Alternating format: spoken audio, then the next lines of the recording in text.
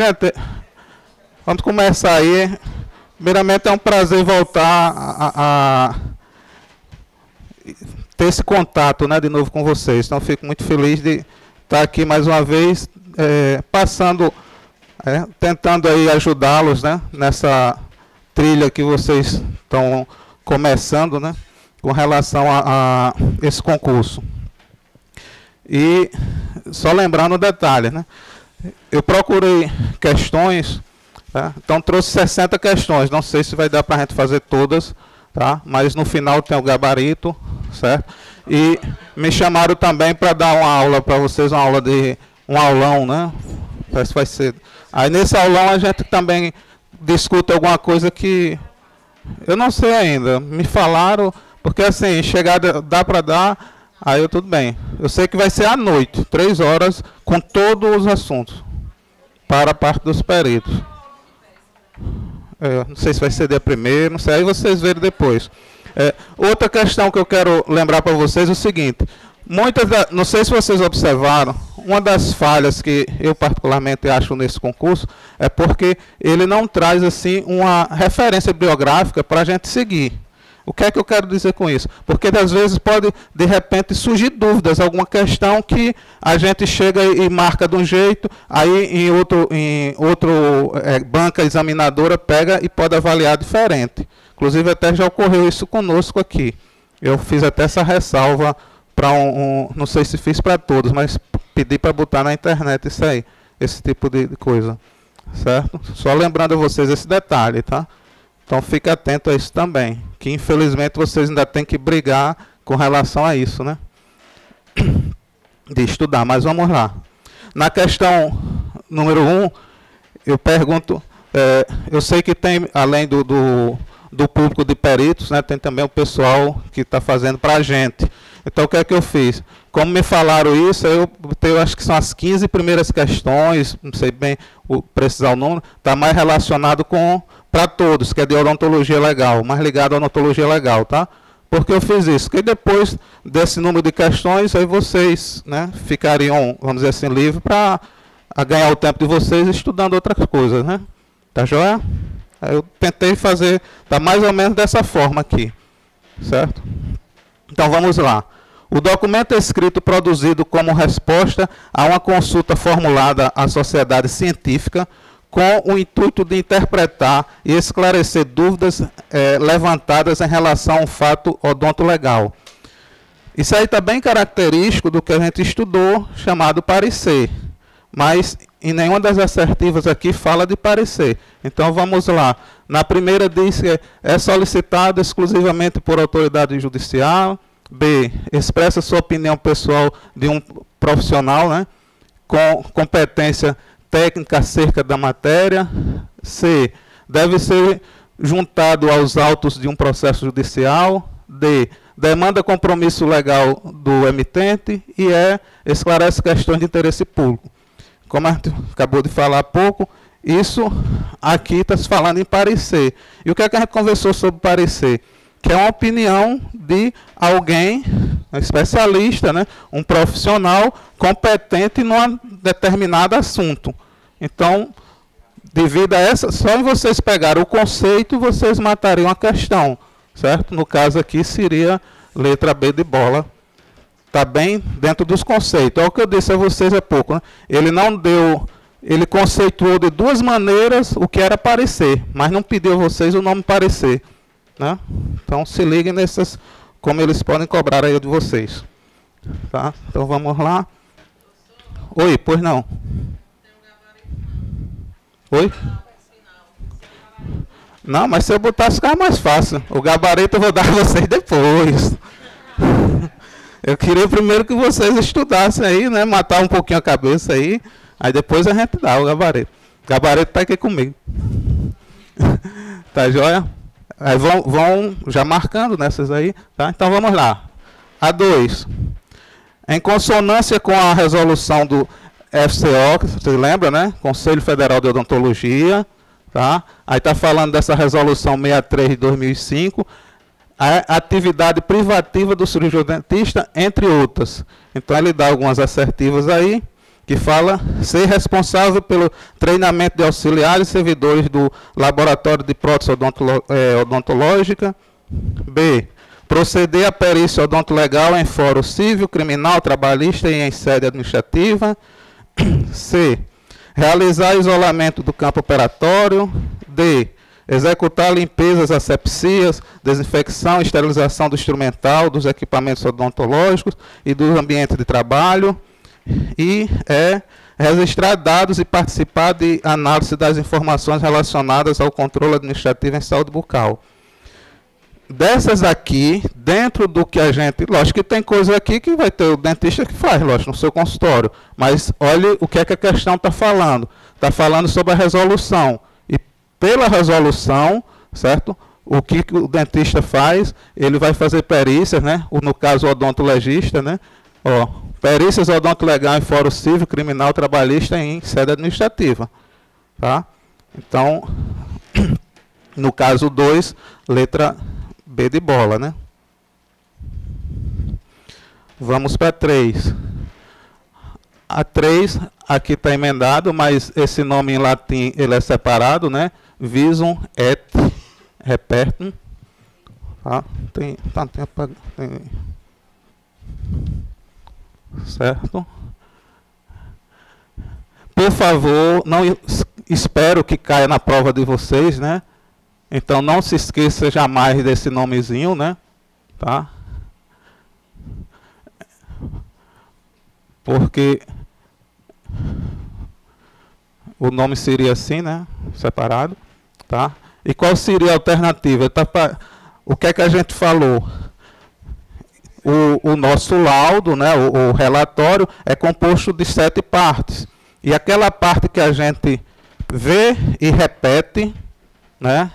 Seria qual? Descrição, beleza? Que também, aí tem casos que dizem a parte mais importante, aí outros dizem que é a parte que embasa, então, aí fica naquela, certo? Então tem várias denominações, certo? Mas quando se fala que é aquilo que você está só vendo e repetindo, aí é descrição, certo? Não tem nada da ciência do profissional, né? Quando falar em diagnóstico, ciência do profissional, aí a gente já seria a outra parte. Beleza? Então, 3 vão marcando aí, letra C de caso.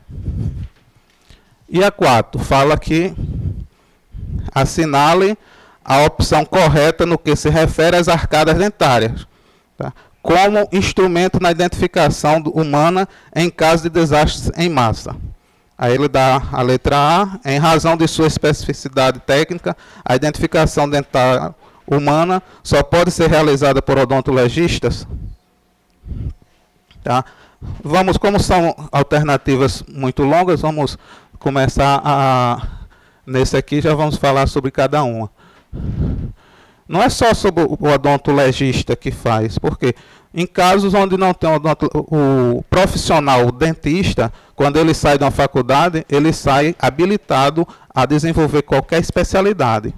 Tá certo? Então, esse do só aqui seria onde o nosso erro aí, né? Na B, diz a identificação por marcas de diferenciação e arcadas dentárias são técnicas simples, porém de alto custo. Ela não é de alto custo. Tá? A gente viu que ela é ruim para se classificar. Né? A classificabilidade é que é ruim. Né? Mas com relação ao alto custo, não. Aí a letra C diz: a melhor fonte para obtenção de amostras de DNA não degradadas em desastre em massa são os ossos e os dentes. Certo? Realmente é a alternativa correta. Certo? Então, nesses grandes desastres, né, o caso que eu até citei para vocês, não foi um desastre, mas essa questão, né, de Alcaçuz, onde a gente fez justamente coleta de material, no caso, a grande maioria foi parte de osso, né, usado osso dentro. A gente, quando explanou isso para vocês, a gente comentou que essas duas fontes aqui são as que normalmente a gente utiliza, né? Então, seria C, mas vamos ver as outras duas. A análise dos arcos dentais fica prejudicada em condições extremas de alterações de pressão, temperatura e umidade. Não fica prejudicado, senão a gente não tinha... Até mostrei para vocês casos de carbonizados que a gente recolhe material, né, o osso ou dente, para fazer a questão da identificação pelo DNA, né? E a letra E fala que, na comparação com o exame de DNA, os métodos odontológicos apresentam maior tempo de trabalho em função da coleta de dados antemortem. Quer dizer, também deram uma viajada aqui, né? O método odontológico apresenta maior tempo, não. É um método rápido, porque você chega lá, olhou e já vai fazendo aquele odontograma, né? Então é uma coisa rápida de fazer. Então, aqui é onde estaria o erro, né?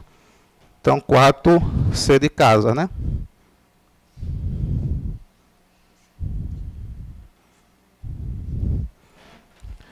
E a 5 fala, assinale a alternativa que indica o sistema de numeração das peças dentárias mais aceito e utilizada. Lembrando só que eu, particularmente, não existe peça, né? A gente chama elementos dentários, né? Mas a banca aqui chama de peça, né? Então, só para vocês não ficarem voando, né? Mas está se falando dos dentes, mas o correto seria elementos dentários. Mas vamos lá, isso não vai inviabilizar, não vai invalidar a questão, tá? Qual dessas alternativas? Nós falamos... Vou pegar o vermelho, acho que fica melhor para o pessoal lá atrás. Nós falamos o quê? Que a gente divide a nossa boquinha em quadrantes, não foi? Ainda estão lembrados aí de mim aí? Não foi isso? E ele está perguntando justamente isso. Assinar a alternativa que indica o sistema de numeração das peças dentárias mais aceito e utilizado. Qual seria desses? Resposta certa seria o quê? Como é que eu vou indicar esse dente? É só assim? Lembre-se, olha aí. Aqui eu estou indicando só o quadrante, mas onde é que está o dente? E ele está falando do dente. Então está faltando aqui o quê? Lembra que a gente disse que tem de 1 a 8. Estão lembrados de cada quadrante desse tem de 1 a 8, então vai ficar 11 e tal, até o 18. Está lembrado? Então, qual seria a alternativa certa? Sistema com 2 algarismos.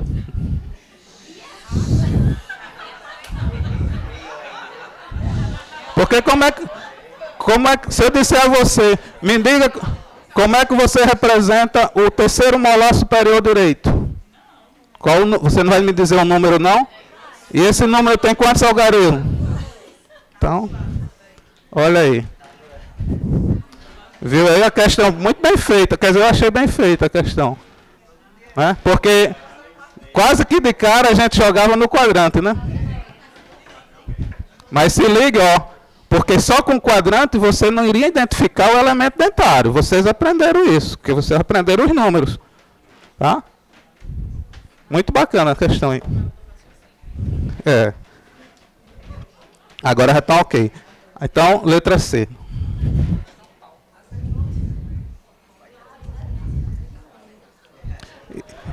E essa outra?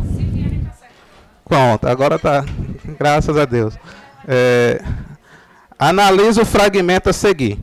A dentição permanente, olha bem, permanente, tá? É constituída por um total de... Então, vamos... Aqui não foi isso? A gente viu que é 32 e a decídua, né, a primeira, 20 dentes. Então, vamos seguindo. Sendo... Vamos fazendo. Então, vocês vão dizendo, depois a gente corrige. 4 premolares. E aí? Certo? A joia? Bem construída também a questão, né? Eu achei bem bacana essa questão. A joia? Então, 32 dentes no total, onde 4 são incisivos, 2 caninos, 4 premolares e 6 molares em cada arcada. Certo? Só uma ressalva. Tá? Lembrar que aqui é uma M arcada. São 4, que a gente não disse que os quadrantes, cada quadrante é um M-arco, tá? Então esses dois aqui formam uma arcada superior e arcada inferior, tá? Só reprisando aí para vocês entenderem. E ele está pedindo justamente, ó, essa quantidade do superior ou de inferior, tá? Que é da arcada, não é de M-arco.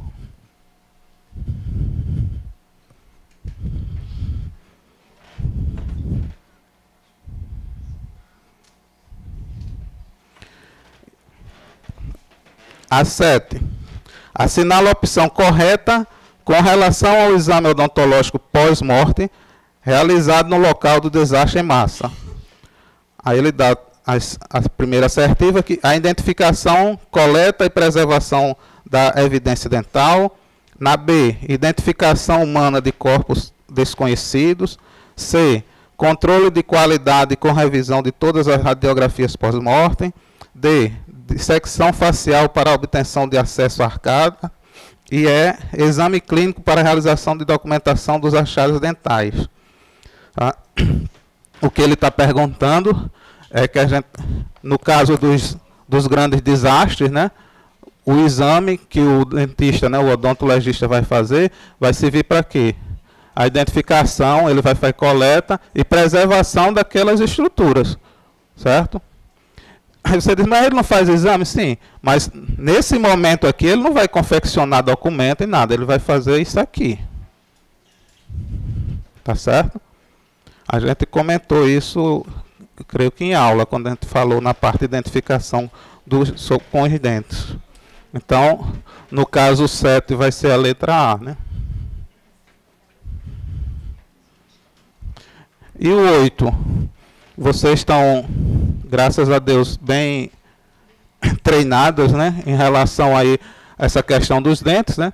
Aí fala que, de acordo com o sistema de numeração da Federação Dentária Internacional, FDI, que é a sigla, o primeiro molar superior esquerdo é identificado por que número? Tá? Então, isso aí ficou mais fácil, né? Porque primeiro a gente sabe que é primeiro molar. Os molares são representados pelo numeral. Qual numeral? 6. É incisivo, né? O incisivo, se fosse o caso, assim, vamos botar. A gente viu que é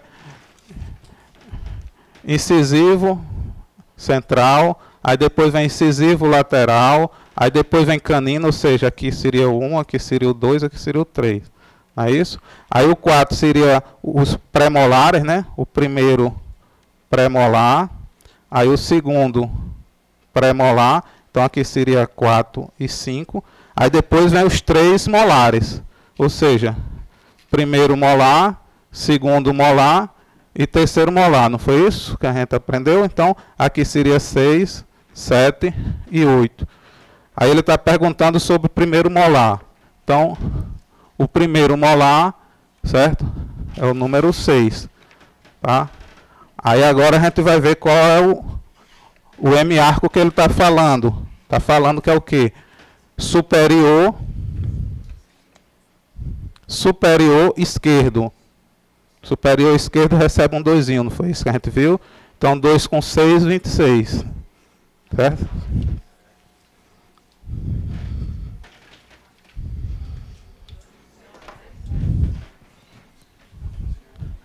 É interessante vocês darem um treinozinho, porque olha, eles podem fazer esses tipos de coisa, essas perguntinhas para vocês, né?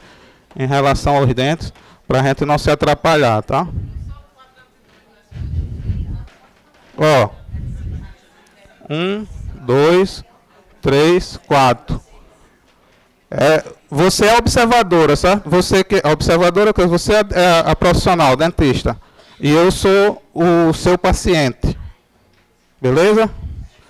Aí, olha onde está meu braço direito. Meu braço direito, 1. Certo? Meu braço esquerdo, 2. Sacou agora? É porque a gente está olhando o contrário, né?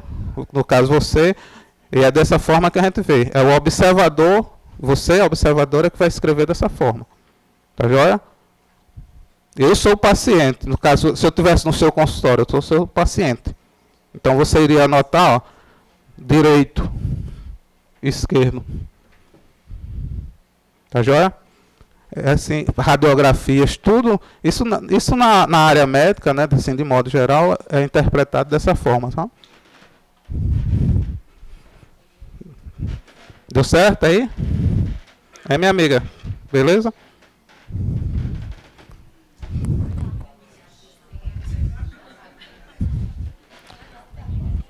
Então vamos lá. Então o 8 ficou letra A, né? 26. 26. E o 9? O 9 fala que eu não sei francês, me perdoe, né? Vou fazer um esforço aqui. O traité des relatories pode ser considerado como a primeira grande obra da medicina legal no mundo ocidental, cujo autor foi. Aí tem todos os nomes aqui, eu creio que é francês, né? Mas não sei se vocês lembram qual seria desses nomes. Tá? Até o Fondery, né? Lacassagin, né? Troinot, esse nome é separado, né? Ambrosé de Paré e Deverger. É Ambrosé de Paré, né? Certo? Inclusive, lembrando, ele é o quê? Não, considerado o pai da medicina legal. Quer dizer, poderia também ter vindo essa alternativa aqui. Então, se ligue, né? Oi? É o que diz. Ó, ele é a parte da médica. Do odonto é Oscar Moedo. E no Brasil, LLS. É, mas aí a gente fica, não vamos se estender para a gente não. Tá? Então, resposta, letra D de dado, né? Opa. E a 10. Fala que as perícias odontológicas na área civil não incluem arbitramento judicial de honorários. B. Perícias de estimativa de idade em caso de adoção de menores. Perícias de ressarcimento de danos em caso de acidente de trânsito, onde a vítima necessita de tratamento odontológico devido à lesão na face. Ela quer que não é da área civil, tá? Porque como nós vimos aquelas questões das atribuições do odontologista, então, certo? Apesar de vocês serem cobrados mais na área penal, né? Lógico, até pela natureza do concurso, mas eles falam da área civil, atuação do profissional. Letra C.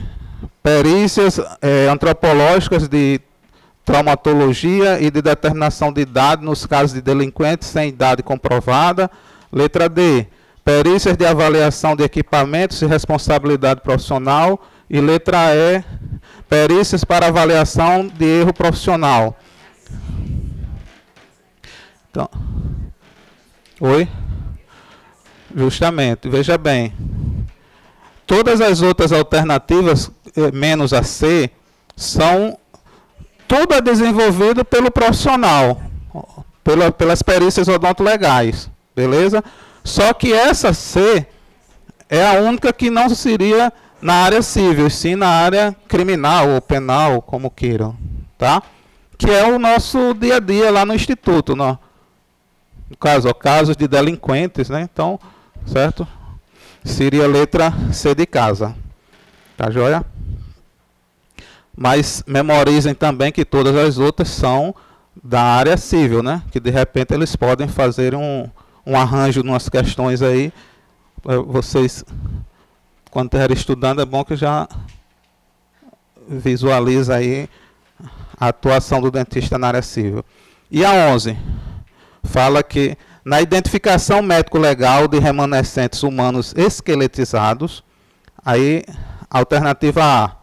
O estudo dos ossos no meio forense é realizado apenas em esqueletos com até 20 anos após o óbito, seguindo o Código Penal brasileiro. Aqui deu uma viajada grande, né? Foi os absurdos aqui que a gente já vai eliminando, né? Tá? Falando que essa questão aqui, né? Até 20 anos após o óbito, né? Então tá.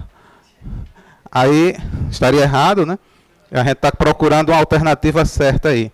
A B diz: quando o osso enviado ao perito odontolegal para análise é da espécie animal, não humano, né? O osso pode ser descartado no lixo infectado?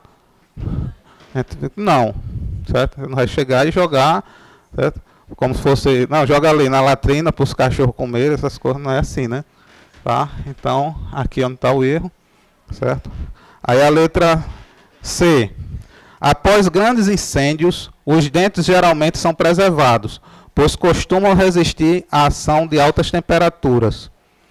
Então, observou, né, quem viu aí naquelas fotografias que a gente procurou mostrar aqui dos nossos trabalhos, a gente comentou isso, né? Que a área é bastante preservada, esse arcabouço, né, que a gente chama.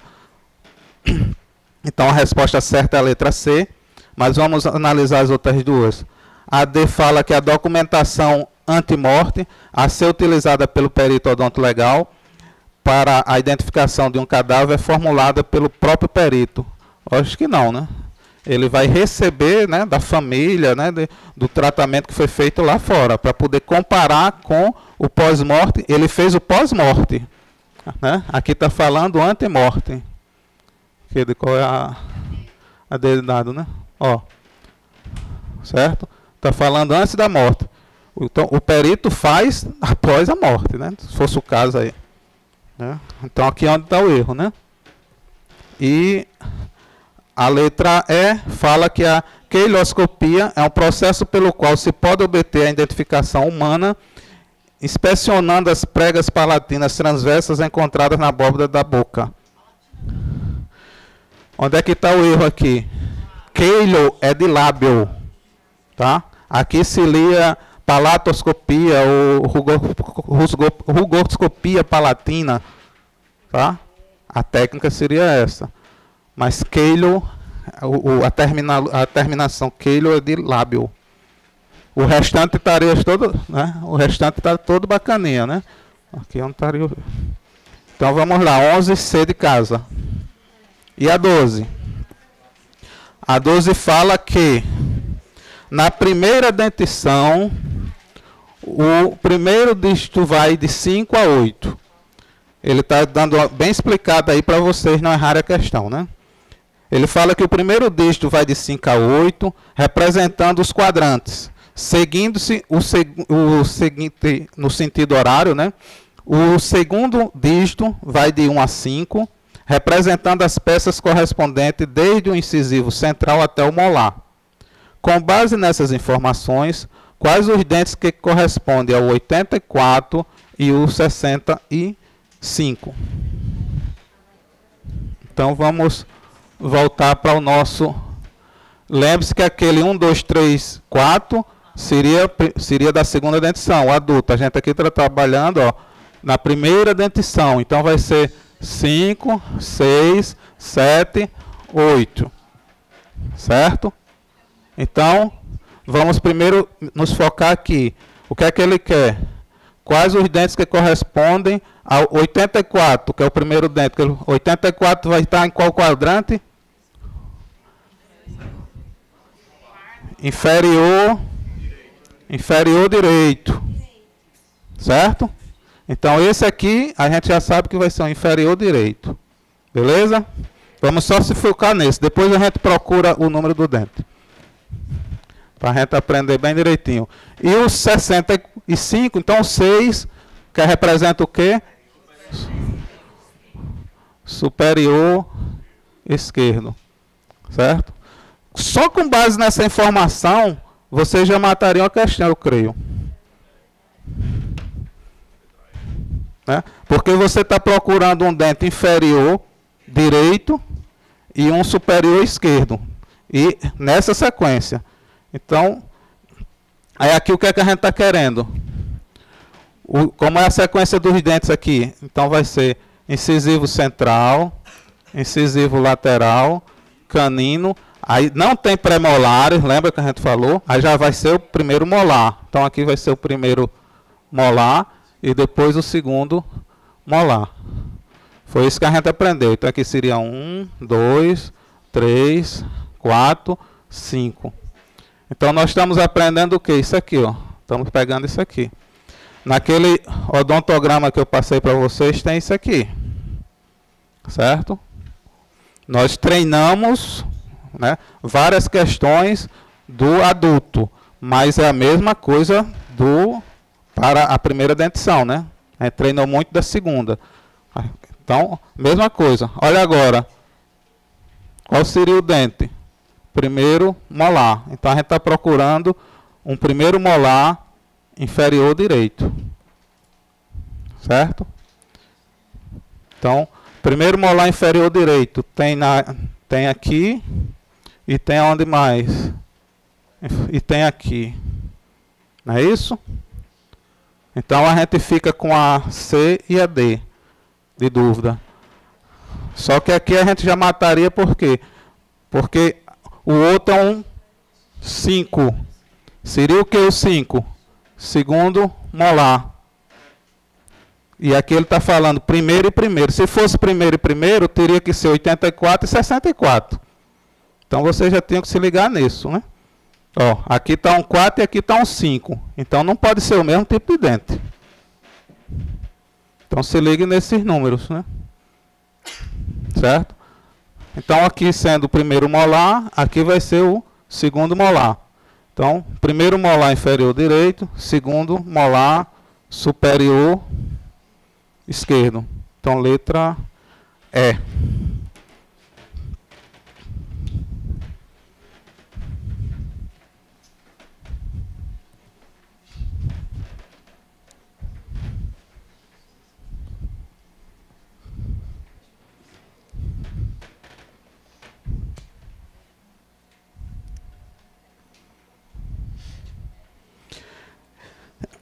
E a 13. Com relação ao sistema de numeração das peças dentárias, assinale a alternativa incorreta. A. O quadrante 1 da dentição permanente equivale ao quadrante 5 da dentição decídua? Então aí está ok. A gente quer a errada, tá? Então essa está certa. B. A dentição permanente completa possui 32 dentes, enquanto a dentição decídua possui apenas 20 dentes? Também está ok. Valeu. A C. A dentição decídua não possui molares, que só aparece na dentição permanente. Certo? Então, a gente tinha acabado, inclusive, de ver, né? Ele não possui pré-molares. Então, aqui é onde está o erro, né? Certo? Então, a letra I, letra C de casa. Aí, os outros dois também estão corretos, né? Que fala que o elemento 73 corresponde ao canino inferior esquerdo descido. Só reforçando para vocês, onde apareceu o 3 aqui, a gente sabe que é o nosso amigo pontiagudo, né? A presa, o canino, tá ok? Quem caindo, tá? Apareceu o 3, a gente sabe que está se falando de canino, né? A gente comentou já isso. E o elemento 22 corresponde ao incisivo lateral superior esquerdo. Então, no caso do 13, letra C de casa. Oi? Está procurando errado, aí foi a C de casa.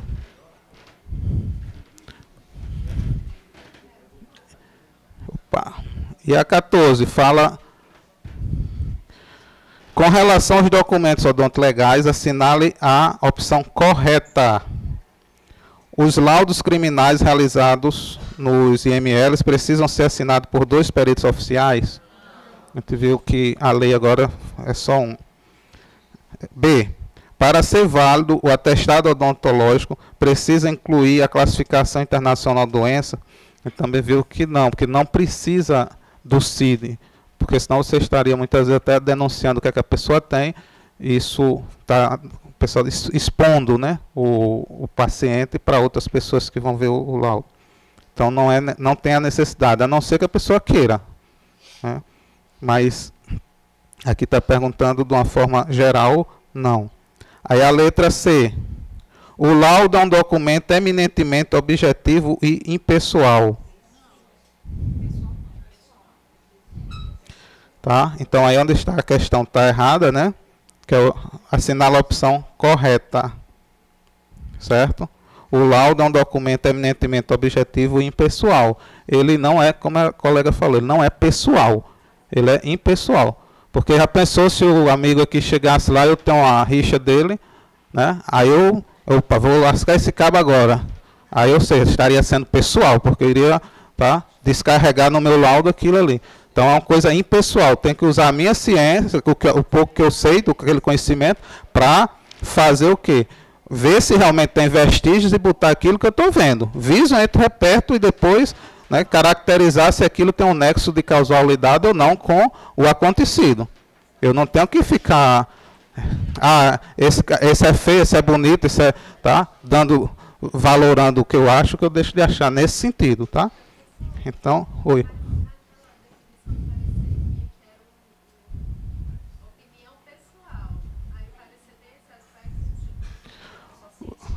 Aqui a gente está falando dos documentos em relação a laudo.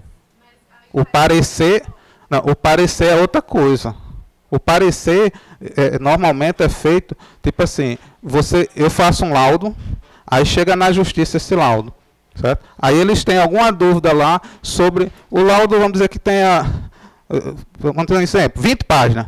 E uma das páginas fala sobre um determinado elemento dentário. Certo? Só esse ponto. Aí esse ponto aqui, que vamos dizer a parte, você é advogada da, né, defesa, aí você não concorda, fala com o juiz, vai pedir um parecer de um professor da faculdade, que é o Papa, que tem 200 livros escritos, que entende muito de anatomia dentária. Certo? Aí esse parecer ele vai dar a opinião dele, pessoal dele, sobre o que você está perguntando. Esse pontinho aqui né, de todo o oceano. Aí tem aquele pontinho ali que você pediu aquilo ali. Certo? O laudo é uma coisa impessoal. Tá joia? Que é o que ele está perguntando, né? Sobre laudo, né? Então essa daí seria a alternativa certa, né? Tá? Mas vamos ver as outras. O depoimento oral do perito perante o juiz não é considerado um documento odontolegal? É que a gente viu que ele pode, né, pode ser chamado em juízo para prestar o depoimento. Né? E a E fala que os peritos, segundo o Código de Processo Penal brasileiro, têm 10 dias improrrogáveis para concluir seu laudo. Onde está o erro? Lembre-se que aqui está certo, mas o erro está aqui, ó. Certo? Eu até comentei com vocês, deu 10 dias, mas se eu não tive condição de, em 10 dias, concluir meu laudo, eu vou pedir à autoridade mais um tempo para poder concluir, explicar para ele o porquê de eu não ter concluído. Então, ele não é ele é prorrogável. Lógico que isso não pode ser também de regra, né? Tá? Mas aí, no caso, né, para a questão, né? Então, a 14, letra C, né? E a 15, fala ainda de documentos. Quanto aos documentos médico-legais, tá? O médico deve sempre redigir o atestado em papel timbrado de receituário próprio de instituições. Tá ruim hoje. B. O parecer médico-legal também é chamado de laudo extrapericial. C. O atestado deve necessariamente conter o diagnóstico. D. As notificações são comunicações facultativas às autoridades competentes de um fato médico sobre moléstias infecto-contagiosas e doenças de trabalho. E E. O atestado pode ser usado como laudo de perícias médicas. Tá? Veja bem, ele está perguntando aí qual seria a assertiva correta, né? A. O médico deve sempre redigir o atestado em papel timbrado de receituário próprio de instituições, sempre aqui onde está matando, né? Porque não é sempre. Porque de repente ele pode chegar aqui, se você precisar aqui, pode pegar um papel e fazer, botar o carimbo dele, tá? Bota ali as observações, e esse papel não era timbrado.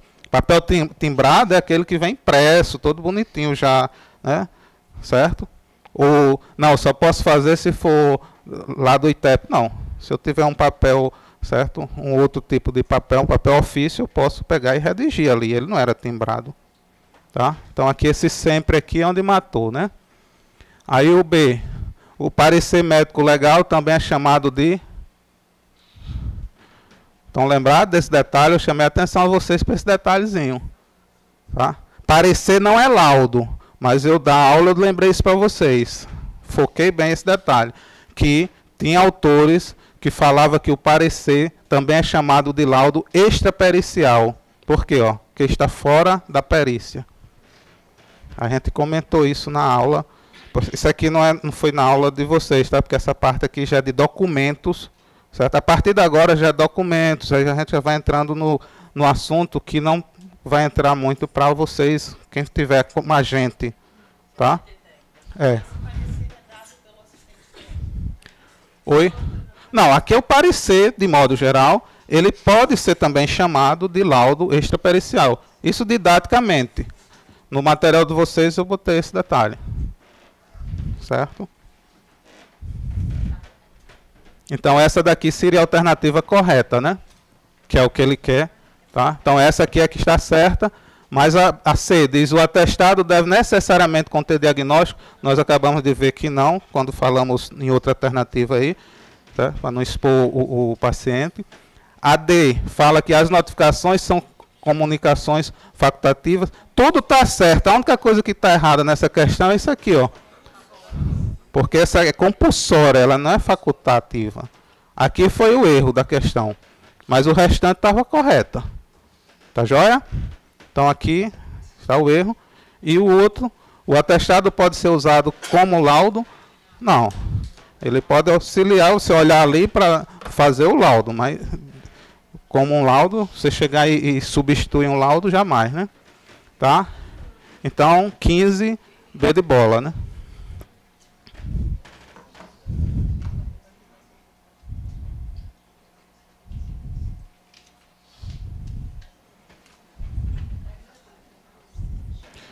Eu creio, salvo engano, a partir de agora começa a entrar nas questões que não está no material de vocês, agentes, tá?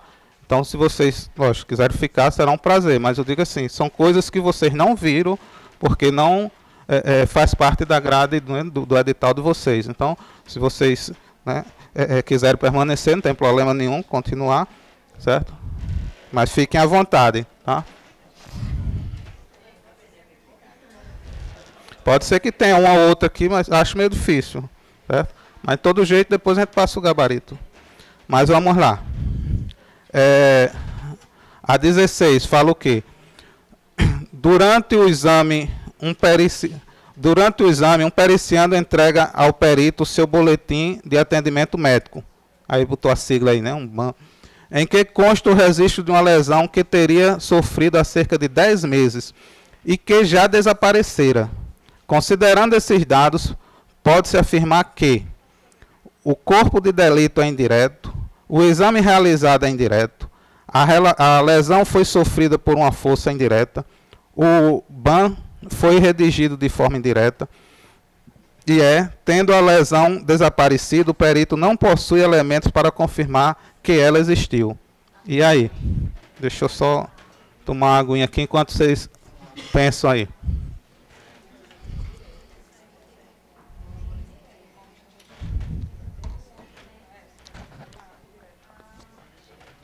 Lembra de um detalhe. O que é que ele está falando aqui? Que a lesão que teria sofrido há cerca de 10 meses e que já desapareceu. Certo? Esse é um dado importante para vocês raciocinarem. Considerando esses dados, né? Só que veja bem, ele trouxe o boletim médico. Vamos tentar exemplificar melhor. O colega, vamos dizer, o Joãozinho teve um problema, aí foi atendido no Valfredo e pegou esse BAN lá, esse boletim lá do Valfredo, certo? Então, com esse boletim, e ele chega no IML para fazer o exame, esse exame vai ser o quê? Indireto, por quê? Porque não vai ter mais vestígio, acabou de falar aqui, certo? Então, a primeira dica, né? Vai ser indireto, tá? E qual seria, acabei de falar, vai ser feito um exame, tá? Um exame realizado de forma indireta, certo? Lembre-se que não é o corpo de delito, é o exame de corpo de delito, que é o que... Durante o exame, então qual é o exame que vai ser feito? É o exame de corpo de delito, né? E esse exame de corpo de delito, quando vamos dizer, acabou de ocorrer uma agressão e chegou no instituto agora e está com os vestígios, a gente chama ele de direto, porque a gente está vendo diretamente aqueles vestígios. Mas nesse caso, a lei nos permite fazer ele de forma indireta, sem estar vendo mais os vestígios, porque eles já desapareceram, porque a gente tem um boletim do atendimento dele quando ele foi atendido lá no hospital, há 10 meses atrás. Tá joia?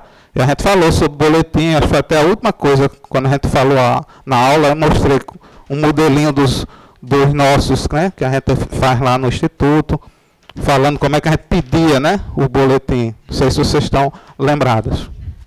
Então, B de bola, né? É um exame indireto.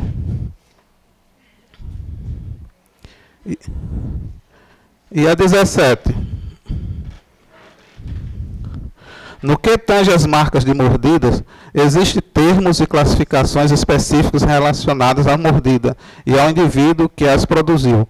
Durante a análise das mordeduras, os peritos podem chegar a diversos níveis de conclusão. No Brasil, é muito utilizada a classificação proposta pela Federação, né, ABFO, que é American Board of Forensic Odontology. De acordo com tal classificação, uma análise que indique não exclusivo os dentes do suspeito pode ter efetuado a marca, porém outros indivíduos também podem tê-la efetuado. É classificado como... eu chamei a atenção para vocês, né? Tem um positivo sobre esses aqui, tá? A gente fala identificação positiva se realmente tivesse tudo ok. Nesse caso, a gente viu que realmente os dentes provocaram ali, mas que aquela lesão poderia ser provocada por ela, entendeu?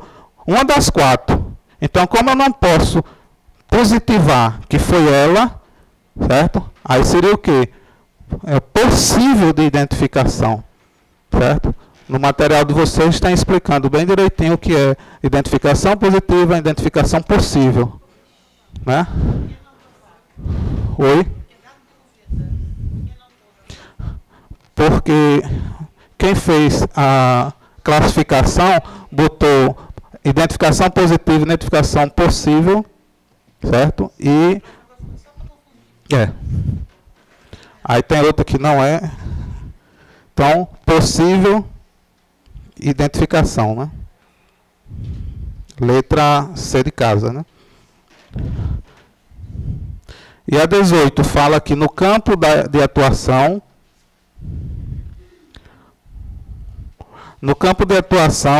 o perito médico legista está diretamente envolvido na elaboração e análise de documentos médicos legais, sendo que essa daí está bacana, né? Qual seria? A letra A. A descrição é a parte mais eloquente e importante do laudo médico legal. B. A notificação é a comunicação compulsória que o médico deve fazer à autoridade sanitária a atender embriagados e drogatícios. Letra C. O atestado gracioso pode ser concedido pelo perito médico legista em caso de violência sexual. D. O histórico não é a parte integrante do laudo médico legal por ter sido relatado por uma das partes envolvidas e o principal trecho do parecer médico legal é a resposta dos quesitos, visto que contém todo o conteúdo do documento de forma objetiva. A resposta certa é a letra A, tá? Realmente a descrição, no caso de, tá? O documento médico legal está falando um relatório, laudo, tá? A descrição é a parte mais importante. Onde é que está o erro da B? Quando ele fala aqui, né? Tá? Aí, no caso da C, o médico não vai... Atestado gracioso é um tipo de atestado falso. Então, não existe essa justificativa de eu fazer nada falso. Ah, porque sofreu, né, uma violência, um abuso sexual, não. Falso é falso, vai para, né, ser punido, não tem esse negócio. Tá? Aí a letra D fala que o histórico não é a parte integrante. O histórico faz parte, que a gente viu, são 7 partes, e uma delas é o histórico. Então aqui já começa o erro, né? Certo? E no caso da D, ou da E, certo? A parte mais importante do parecer é justamente a descrição, né? Que ela não tem descrição, tem descrição, que é a parte mais importante. E aqui está comentando que seria as respostas aos quesitos, né? Então aí onde estaria o erro. Tá joia? Oi?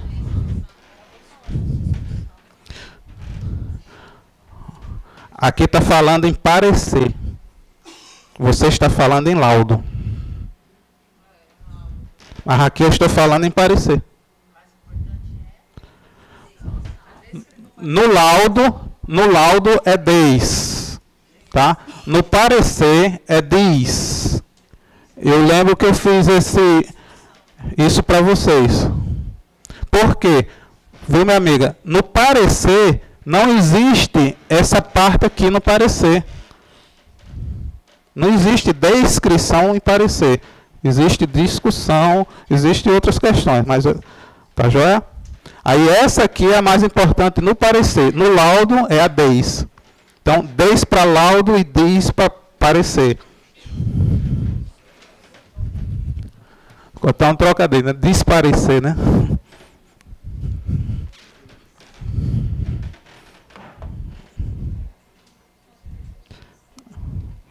E a 19 fala o quê? Para estimar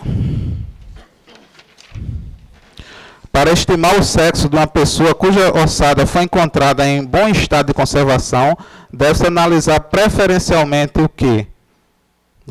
Então aí está bem ossos dos pés, verificando o tamanho do segundo dedo em relação ao primeiro, deu uma viajada, certo? Então assim, o que normalmente a gente faz aí dessa seria o quê? A letra D de dado, né? O osso do quadril, né? Verificando a abertura, né? A abertura, certo? Vamos dizer que aqui fosse aquele ângulo que eu disse, né? Para saber se é homem ou se é mulher, tá? E a abertura da pelve. Então, a resposta, letra D de dado, né? As outras estão só dando uma viajada aí. Não tem muito o que... Então, 19, D de dado, né?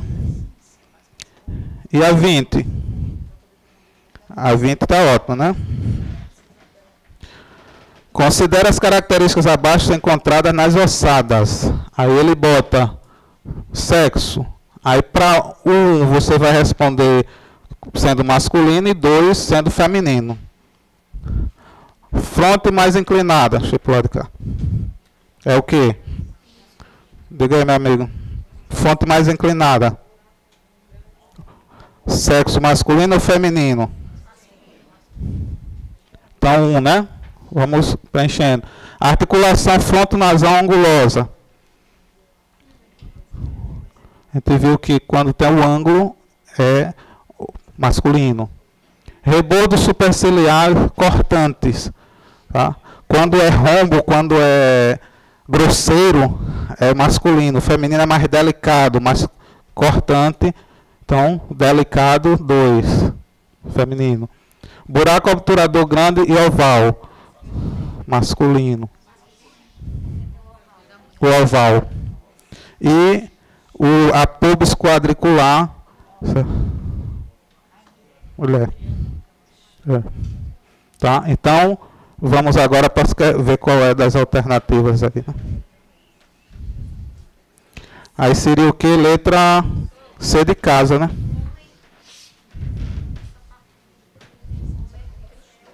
Oi?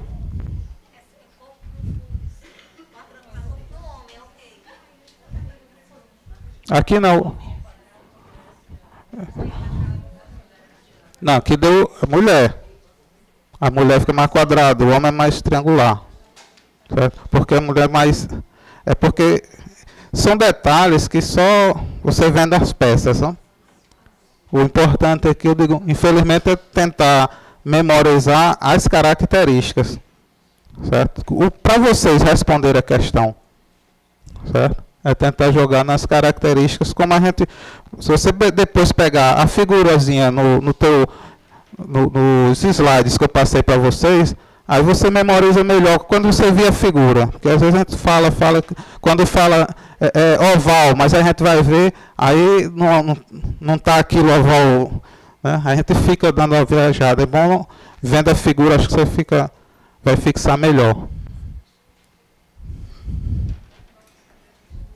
Mas se vocês observarem pelo material que eu passei para vocês, dá para vocês matar a questão. Então, oi.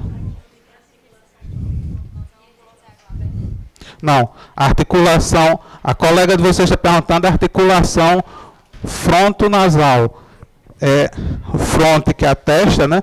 E o násio, certo? Então, a glabela, ela fica aqui em cima, certo? Porque ela é mais pronunciada no homem. Então, é mais nessa... Como se fosse encontro das sobrancelhas. Tá? Então, a glabela é como se fosse o encontro das sobrancelhas. E o násio é, no meu caso aqui, né? Esse pontinho, não sei se todos estão vendo aí. Tá? Seria, vamos dizer aqui, esse encontro dos ossos nasais com a parte frontal. Fica bem aqui. E a parte, vamos dizer assim, se eu desse uma linha de continuidade das sobrancelhas, seria mais ou menos por aqui a glabela. Vamos lá. O 21. Assinala a opção correta a respeito das características morfológicas dos processos de identificação. A. Existem apenas 2 tipos étnicos no Brasil? Não, a gente tem vários, né? O Brasil tem uma miscigenação grande, certo? B. Os termos sexo morfológico, sexo jurídico e sexo cromossomal são sinônimos. A gente viu as conceituações de cada um, e aí no caso eles não são sinônimos. Os sinais individualizantes não devem ser considerados, nem devem ser ter influência no processo de identificação. Lógico que ele deve ser considerado. A gente viu que a gente usa para ir afunilando, para tentar chegar a identificar o indivíduo, né? A letra D. Entre os diversos tipos de malformação, o lábio leporino é uma característica que pode ser útil em um processo de identificação? Sim, comentou sobre isso, né? Lábio leporino, para aqueles que não lembram, né? Aquelas fendas, né, que vai desde o lábio e entra no pessoal no céu da boca, né, no palato, né, fica aquela abertura, às vezes em crianças que tem que depois fazer cirurgias e tudo, né, tentando reparar essa malformação. A criança já nasce, né, com esse problema. Então, aí seria a alternativa correta, né, letra D de dado. A E. São exemplos de sinais profissionais a ectodactilia, polidactilia e sindactilia. Aqui os nomes estão tudo corretos, só que não são sinais profissionais. Lembra desses termos que eu disse que é quando os dedinhos são curtos, os dedinhos estão unidos, ou tem mais dedos do que o normal, certo? Então isso aí são sinais, né, de malformação congênita. Aí aqui está falando em sinais profissionais, né? Então aqui é onde está o erro, né? Assim, então, letra D de dado, né? E a 22. A 22 nós falamos que existem os pontos craniométricos, né? Comentamos com vocês aqueles principais, que podem ser os que sejam cobrados para vocês. Então, o ponto craniométrico, quando as estruturas coronal e sagital recebem o nome de o encontro das dois, tá? Se a gente estivesse vendo a cabeça, né? Então tem, tá?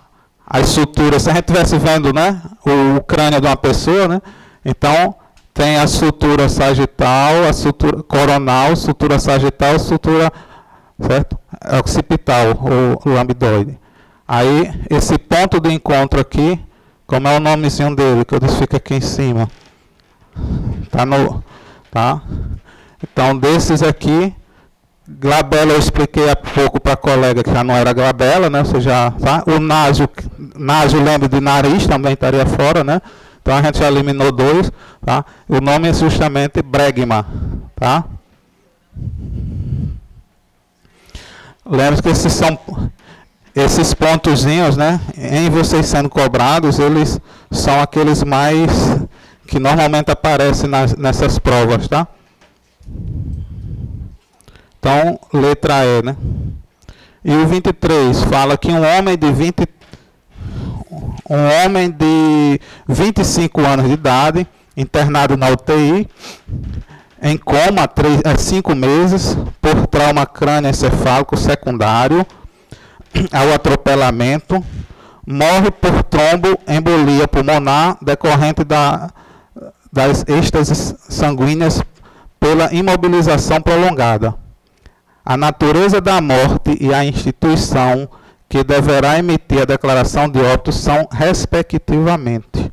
Então, primeiro quer saber qual é a natureza e depois quem é que vai emitir, né? O respectivamente. E aí?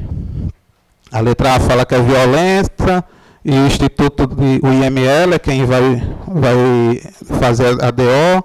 A B fala que é natural e que é o Instituto que vai fazer a DO. A C fala que é violenta. Analisa um detalhe, ele fala, ó, ele joga algumas coisas para confundir a mente, né? Veja bem, em coma há 5 meses por trauma crânioencefálico, aqui, mata esse detalhe, secundário a atropelamento, ou seja, o trauma foi decorrente daqui. Então, a gente está analisando a violência no trânsito. Tá joia? Então, se ligue, só nessa interpretação você já matava que foi, porque ele diz, ó, que ele morreu, ele não morreu do atropelamento, morreu, aí, para confundir aqui, ó, decorrente porque ficou imobilizado, né, uma imobilização prolongada, certo? Mas a decorrência veio daqui, né? Quem foi que fez com que ele ficasse dentro do hospital? Então, ó, violenta, tá? Isso é violenta, a gente já viu que vai lá para o nosso instituto, né? Então, 23, letra A, né?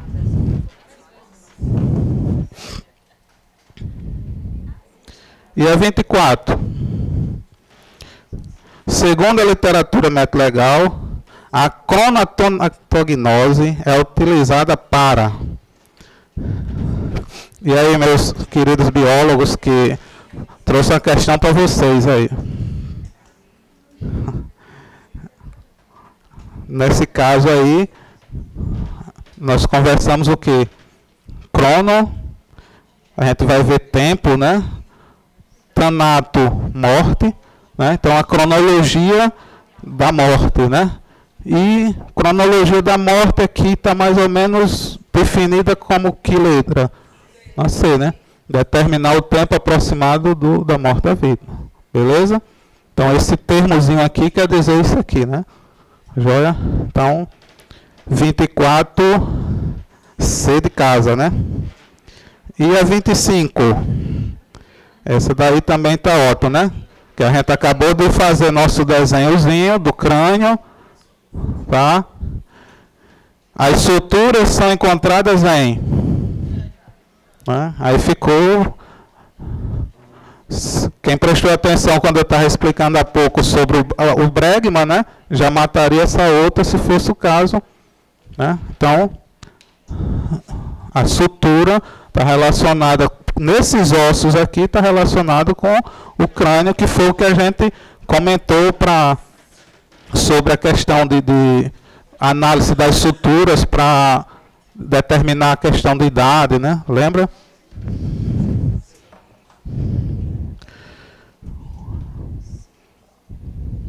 Diga, minha amiga, pois não. Oi? Você vai distribuindo devagarinho, a gente continua, vamos continuar estudando. Tá? Por mim não tem problema nenhum, eu não vou comer, me perdoe. Mas vamos para frente. Mas fiquem à vontade, vão degustando a pipoca da menina aí, que deve estar muito boa. Então, a respeito do reconhecimento e retrato falado, assinala a opção correta. Está perguntando sobre esses dois, né? Então, A. O reconhecimento não é passível de subjetividade e não é influenciado quando o reconhecedor está sob forte emoção ou com interesses diversos. Que está falso, porque se você tiver uma forte emoção, como é que você vai conseguir reconhecer, dizer que realmente aquela pessoa, né, foi... Né? Então aqui estaria já o erro, né? No caso... A B fala que o reconhecimento baseia-se na comparação entre as sensações visuais, auditivas ou táteis do passado e as do presente, despertadas por meio da pessoa a ser reconhecida. Realmente é o que a gente vai fazer, certo? Quando você vai reconhecer alguém, você vai precisar justamente ter puxar na memória isso aqui, né?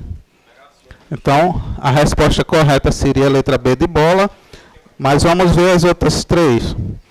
A C, então, 26B de bola, tá? Mas a C diz o quê? O retrato falado é considerado mais que um método de localização, por ser um método de identificação médico-legal, não é médico-legal.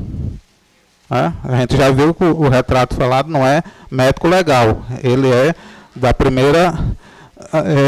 a parte jurídica. D.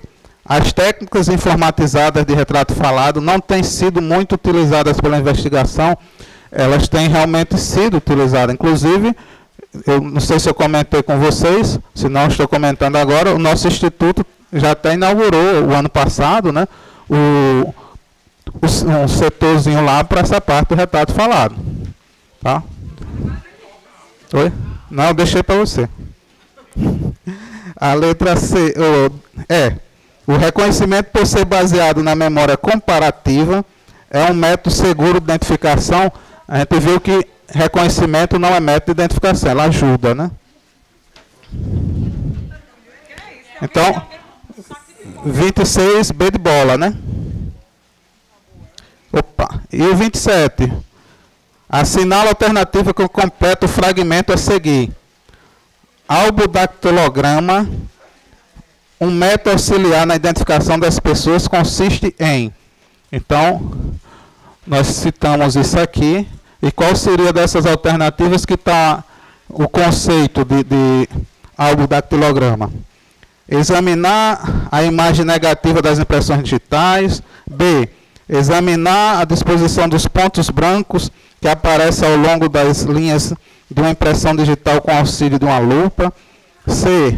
Usar tinta branca e registrar as impressões em papel preto. D. Analisar linhas brancas geralmente transversas que atravessam os dactilogramas decorrentes de pregas naturais da pele. E E.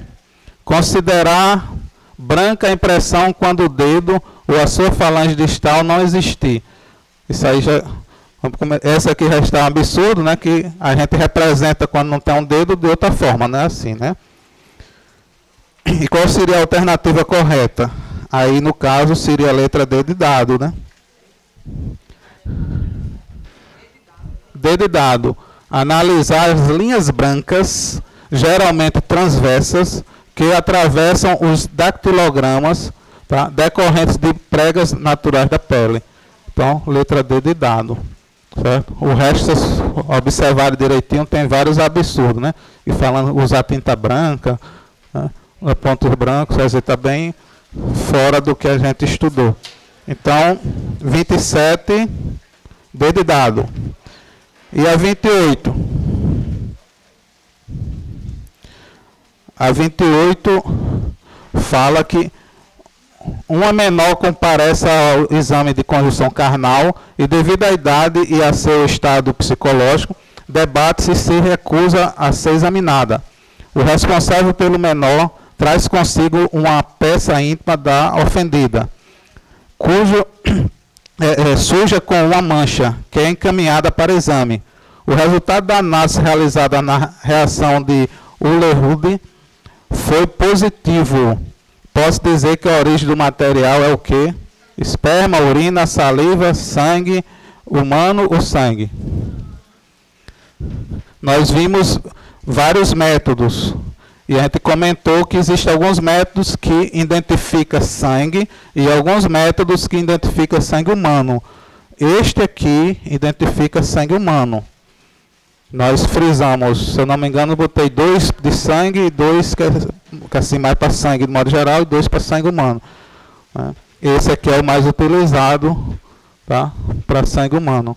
Então, letra D de dado. E o 29. Com a finalidade de determinar o sexo através do exame de um crânio, o perito lançou mão dos côndulos do occipital, aplicando o índice de Baldwin, e obteve o resultado igual a 53. Este resultado, letra A, permite afirmar que o crânio pertence ao sexo masculino. B, permite afirmar que o crânio pertence ao sexo feminino.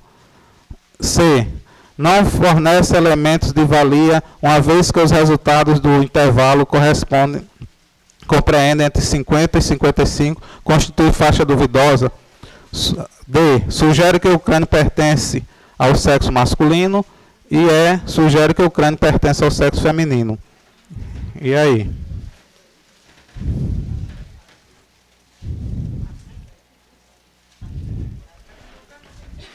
Esse aí no material... Opa, dá uma subida aqui, ver se soma um pouquinho. Esse no material de vocês vão olhar, tá? Quando está nessa faixa entre 50 a 55, é uma faixa duvidosa, gente. Tá? Então, observe que a questão foi construída dessa forma, né? Então, entre 50 e 55, né, o resultado deu 53, então está numa faixa duvidosa. Certo? Não vamos estender isso aqui, que a gente vai, quando a gente for fazer a revisão com vocês, a gente vai tecer esses comentários, né? Tá só, certo? Então veja, no material de vocês tem isso bem explicadinho com relação àquelas fórmulas, a aplicação das fórmulas, tá? Mas no cantinho eu lembro que eu botei o índice de Baldwin dizendo o que era e botei quando vai para masculino, quando vai para feminino, e aqui ele estava perguntando a faixa intermediária, né? E o 30. Um crânio e uma mandíbula foram coletados. Olha aí, vocês peritos criminais, vão para o local de crime. Oi. Foi ser de casa, mano. O 30. Vocês peritos vão para um local de crime, enquanto um crânio e uma mandíbula foram coletados em um terreno com técnicas de arqueologia forense. De acordo com a documentação minuciosa e precisa do local do encontro desses ossos, a mandíbula estava distante do crânio cerca de 10 centímetros, mais para o fundo e 30 centímetros para a direita do crânio. Em laboratório, notaram perdas dentárias mandibular e crânio com características masculinas. Baseado nesses achados práticos, o perito odontolegal afirma o quê? Letra A.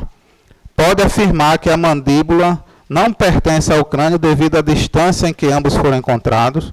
B. Pode afirmar com convicção que se trata de um indivíduo do sexo masculino com idade muito avançada. C. Pode realizar o diagnóstico diferencial entre a avulsão pré-mortal e a ocorrida há algum tempo na mandíbula, desde que analisados os alvéolos. D. Pode afirmar que a mandíbula é mais antiga que o crânio, dado o contexto em que foram encontrados. E. Não pode fazer qualquer afirmação, já que a mandíbula foi encontrada sem os dentes. E aí? Essa questão é muito pesada, viu? Vamos tentar melhorar aqui para vocês. Veja bem. Ele fala, primeiro ele disse, não sou bom no desenho, mas ele disse que está aqui o crânio, né? E imaginar que aqui fosse a mandíbula, né? Então ele disse que foi encontrado, né? Distante, né? Então vocês peritos encontraram esses vestígios e levaram para o laboratório. No laboratório, o odonto legal, certo? Fez o quê? Então ele dá essas assertivas aí, certo? Dessas assertivas, pode realizar, pode afirmar que a mandíbula não pertence ao crânio devido à distância. Ele não pode só por causa da distância dizer se é ou se não é. Então aí estaria fora a letra A, né? A B. Pode afirmar com convicção que se trata de um indivíduo do sexo masculino. Aí até ele pode, porque tem as características masculinas, não é?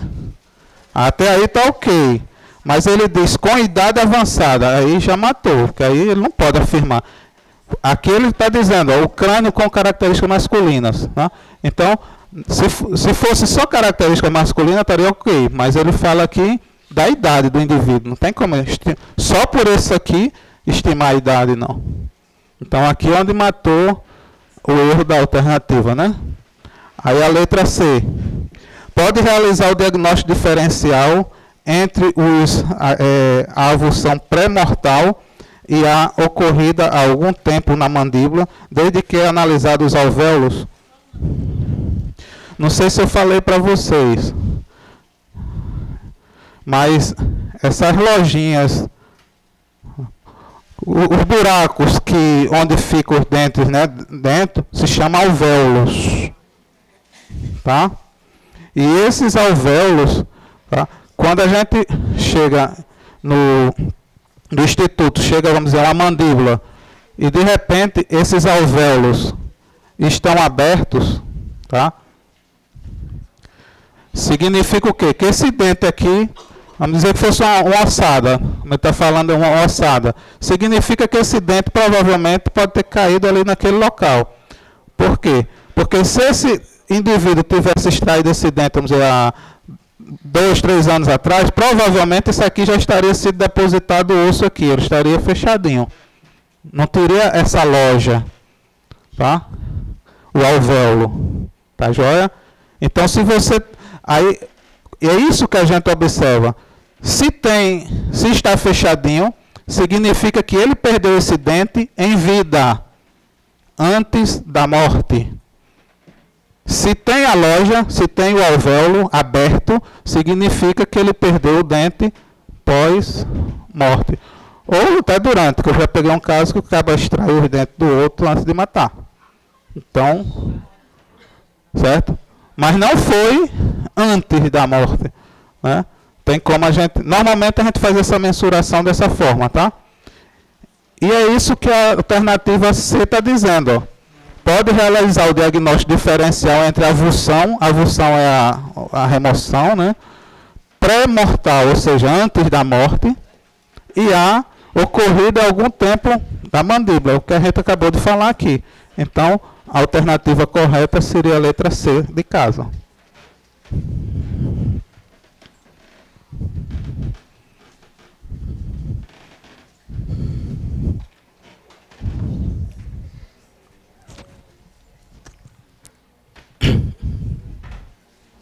E a 31? Opa! A 31 a gente vai dar uma treinada aí na parte das impressões digitais, né? Dada a seguinte forma datiloscópica, A 2431, isso aqui significa mão direita, né, que é o numerador, e aqui mão esquerda, denominador, beleza? A presença do tipo fundamental de classificação do Vucetich, identificado como um verticílio. Ele está perguntando onde é que está um verticílio. Pode ser encontrado aonde aí?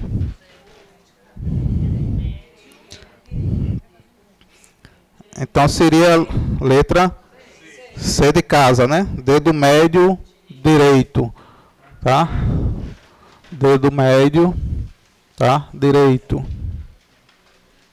Letra C de casa. Oi? Mão direita e mão esquerda. Tá joia? Mão direita superior, direita inferior. Né? É numerador, denominador. Tá joia? E a gente fazendo a nossa contagem dos nossos dedinhos, né? O primeiro dedo é as letras e os demais os números, não é isso?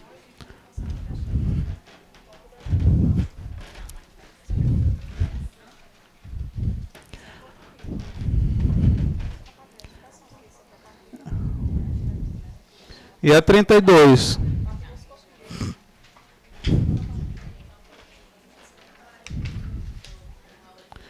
Na busca do perfil biológico a partir de um crânio, o perito examina a inclinação do osso frontal, a projeção da glabela e dos arcos superciliar, o volume do processo mastoide, a espessura e o tamanho dos processos estiloides, o grau de evidenciação das cristas nucais. Dessa forma, ele obtém informações relativas ao quê? Então, isso aí a gente viu há pouco, quando a gente, até a colega perguntou a questão, né, que eu disse, ó, o homem, a glabela, eu expliquei como era a glabela. Então, a gente está fazendo aí o quê? Justamente a determinação do sexo, né? Letra E.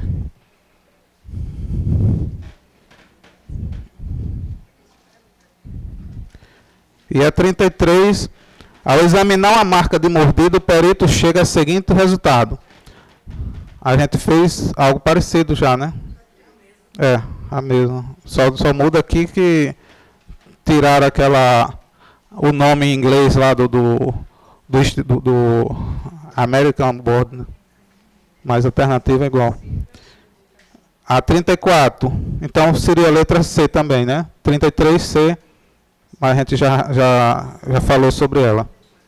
E a 34, durante o exame pericial, o perito verifica que a lesão observada apresenta características filiáveis ao tipo de ação traumática relatada pelo periciando. Juridicamente, o perito possui elementos para estabelecer a veracidade do histórico, estabelecer a culpa do acusado, estabelecer o dolo do acusado, estabelecer o nexo causal, estabelecer o status quo ante. E aí? Veja bem, durante o exame pericial, o perito verifica que as lesões observadas apresentam características filiais, ou seja, são características... Vou subir aqui.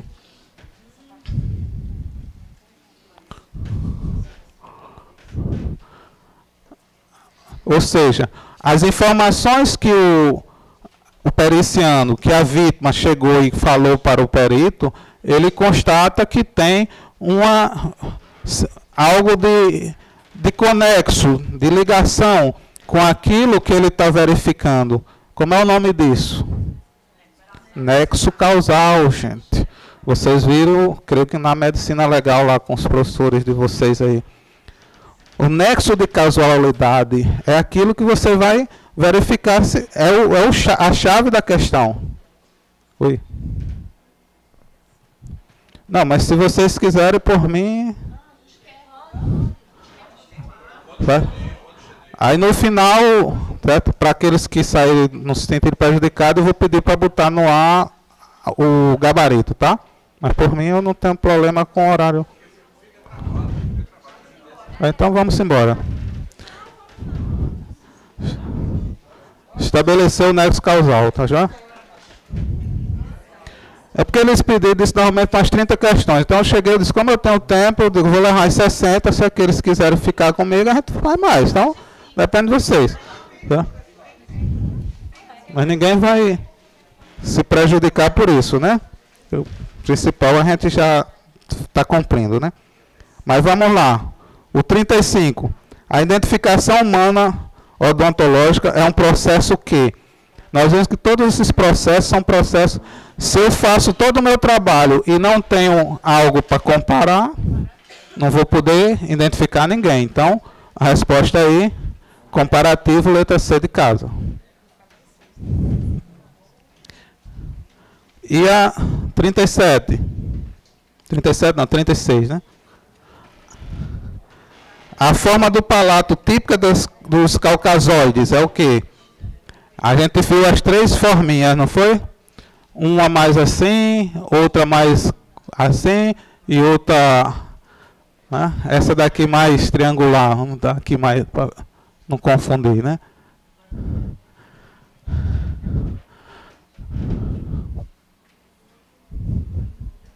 Caucasoide, negroide e mongoloide. Não foi isso que a gente viu? Aí qual seria a resposta? A forma triangular é uma forma do caucasoide, ó. Triangular. A gente mostrou as figurinhas para vocês. Aí nas figurinhas vocês se ligam aí que eles, ó, pode cobrar com figura, pode cobrar, né, verbalizando as figurinhas. Então, letra A, né? Oi?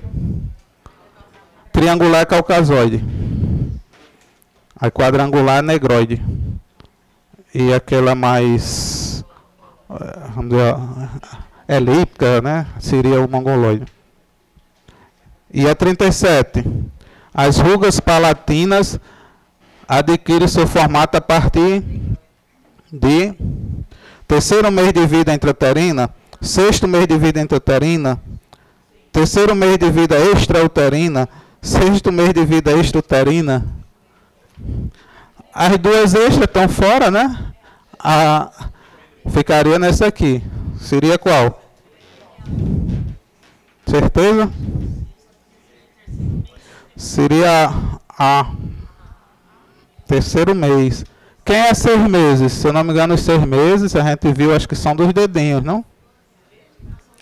Então, não confunda. Quando for estudar, vejam direitinho. Tem uns que são de 6 meses. Quando a gente está falando de todos os processos, então é bom vocês se ligarem nisso. Em todos esses processos que nós falamos, esse aqui tem origem, aí a gente frisou. No caso das rugas, ele é com 3 meses, tá? Certo? Então se liguem quando for estudar essa parte. A status. Mas é bom vocês estudarem, quando for estudar o material, aí fazer esse normalmente ou é 3 ou é 6. Aí se eu fosse vocês, eu faria uma planilhazinha, sabe? Botava quem é 3 e quem é 6. Vai ficar mais fácil de visualizar. Porque assim, normalmente eles cobram na prova dessa forma. Ou o que é 3 ou o que é 6. Tá? Aí fica mais fácil de vocês darem a estudada aí para vocês. Mas vamos para frente. E o 38? O ponto craniométrico situado entre as duas cristas supraciliares. Eita, essa minha amiga vai acertar, né? E aí? Supraciliares, sobrancelha. Quando junta as duas sobrancelhas, eu falei hoje para vocês já. Glabela. Olha aí. Tá joia? A gente já respondeu isso aqui antes. Então, olha o macetezinho. Juntou as sobrancelhas, se lembra da glabela. Que aqui no caso, lógico, não está falando de sobrancelha, né? As cristas supraciliares, né? Os supercílios, né? Então aqui é supra, né? Então vai acima, glabela. Vamos lá, 39. O 39 já fala sobre a parte do... Com base na classificação das impressões digitais segundo Vucetich, né? Aponta a alternativa correta quanto à denominação por ele designada quando se trata de, no caso aqui são 2 deltas, né? E o outro datilograma apresenta um delta à esquerda. 2 deltas é o quê? Verticílio. E um delta à esquerda. Esquerda, externo, né? O E. Então, vão se ligando nesses mapas mentais para não errar. Então, letra A, né? Aí tá beleza. E a 40? Nessa fórmula aí, ele quer saber, certo? Um arco, né? O tipo fundamental na classificação do Vucetich, identificado como um arco, pode ser encontrado em qual dedo? Opa, deixa eu subir aqui, desculpa. Então, qual é o dedo aí que tem um arco?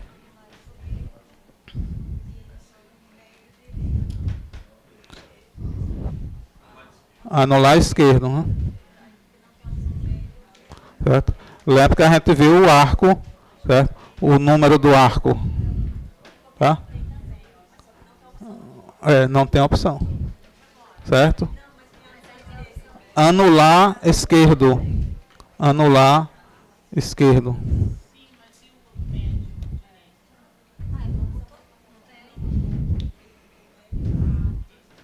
Certo? Então vamos se ligar aí.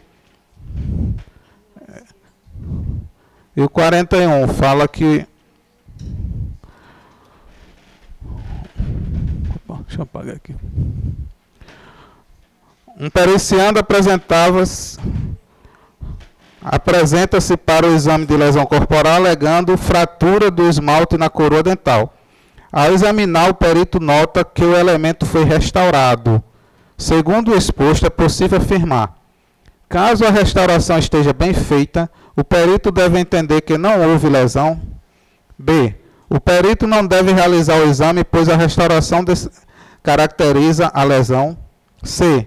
O perito deve realizar o exame de forma indireta, isso é, validando o relato do periciando. D. O perito deve realizar o exame de forma indireta, isto é, solicitando informação do profissional que realizou o procedimento restaurador. E letra E. O perito deve realizar o exame direto e dar nexo causal. E aí? Quer dizer, isso aí foi bem legal, né? Mas vocês já estão bem espertos aí, a letra D de dado, né?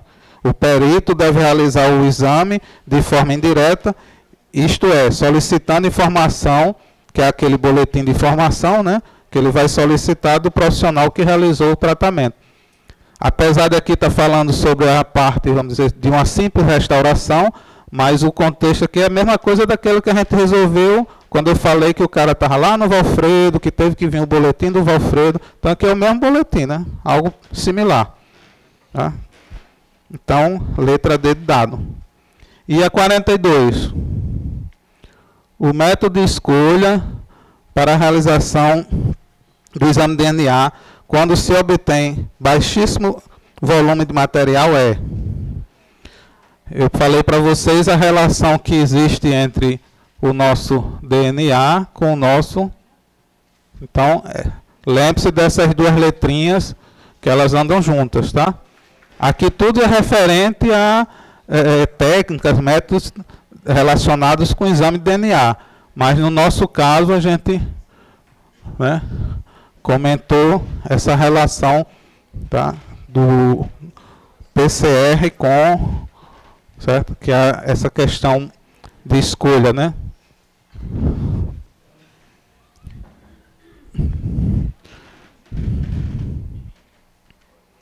E a 43 fala no começo do século XX.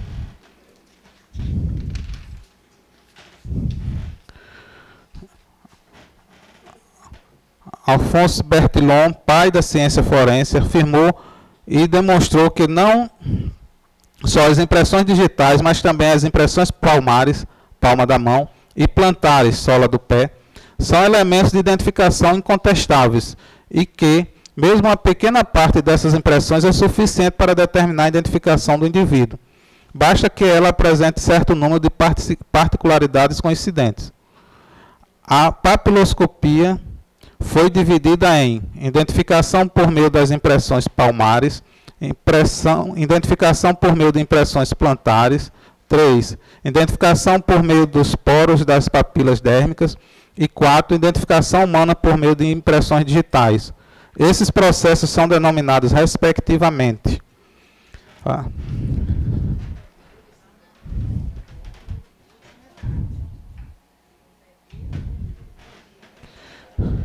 Então, o primeiro, identificação por meio das impressões palmares.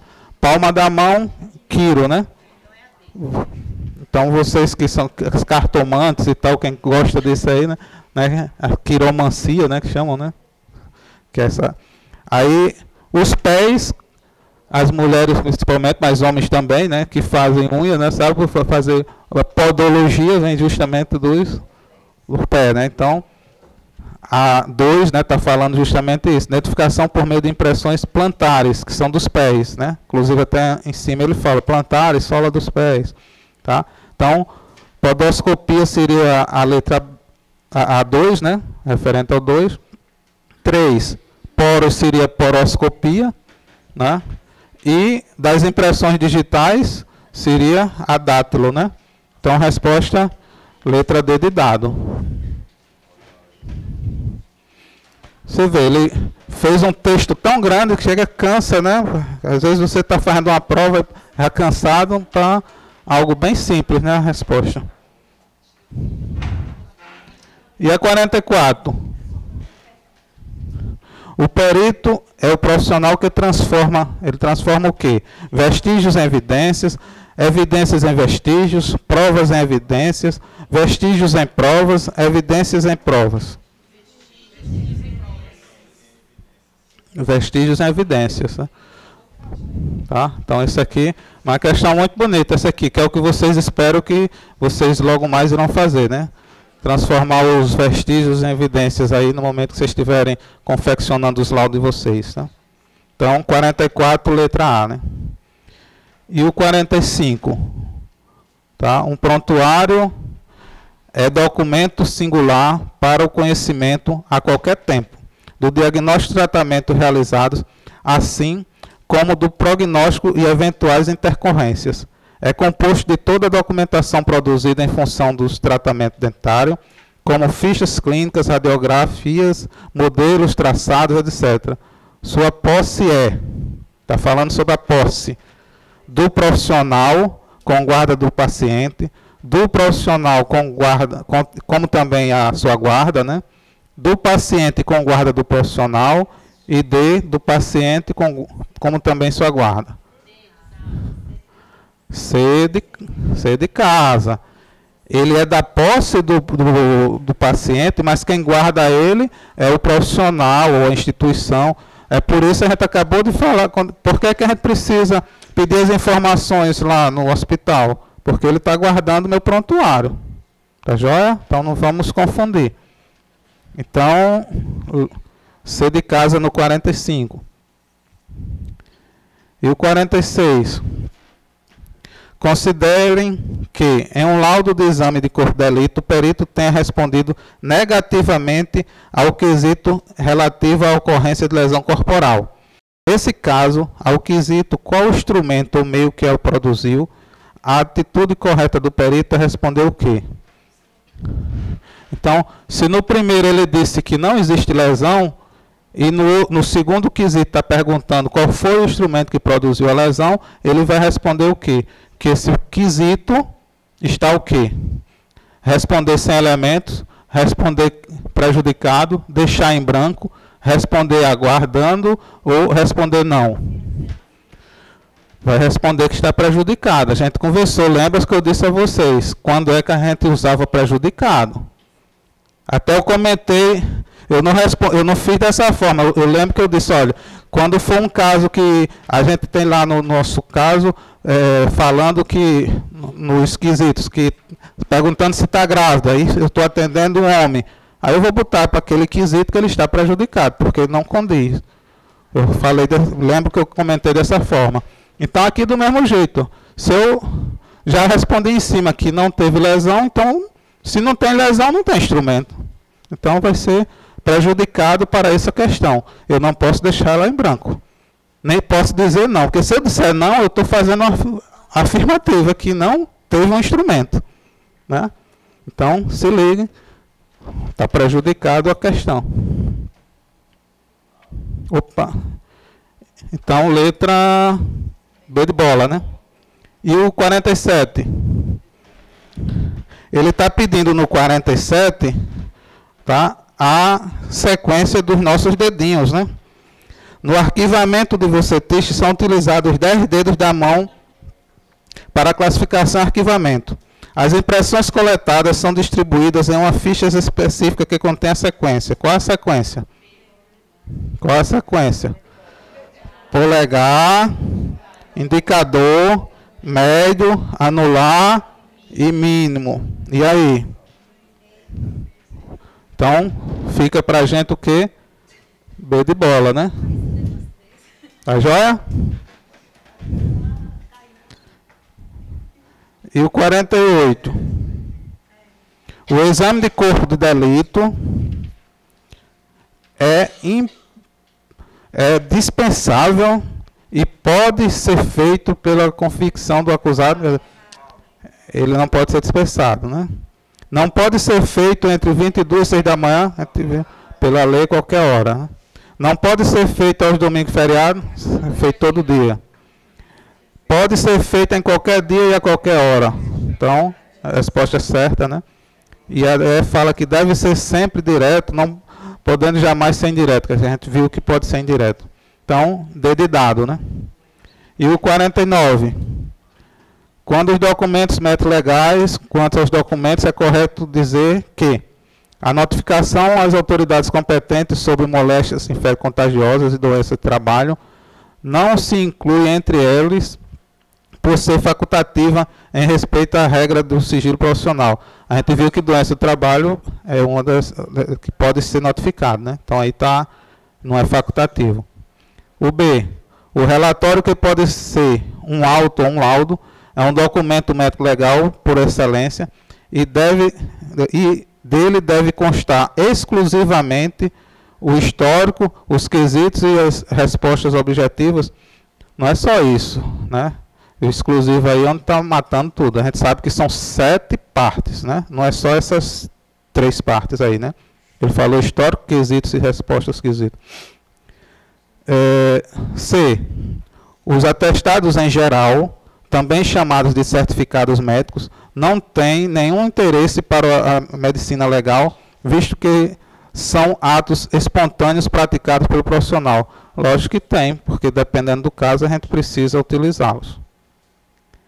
D. O atestado de óbito somente se enquadra na categoria de documento médico legal quando assinado pelo médico legista no exercício de sua função oficial. Não. O atestado de óbito somente se enquadra, não. O somente é onde matou a questão, né? Ele se enquadra, ele é um documento médico legal. E a E, o depoimento oral é um deles, ou seja, um dos documentos, quando o perito é chamado a prestar esclarecimento sobre o laudo, seja explicando a terminologia técnica, seja respondendo objetivamente as perguntas formuladas.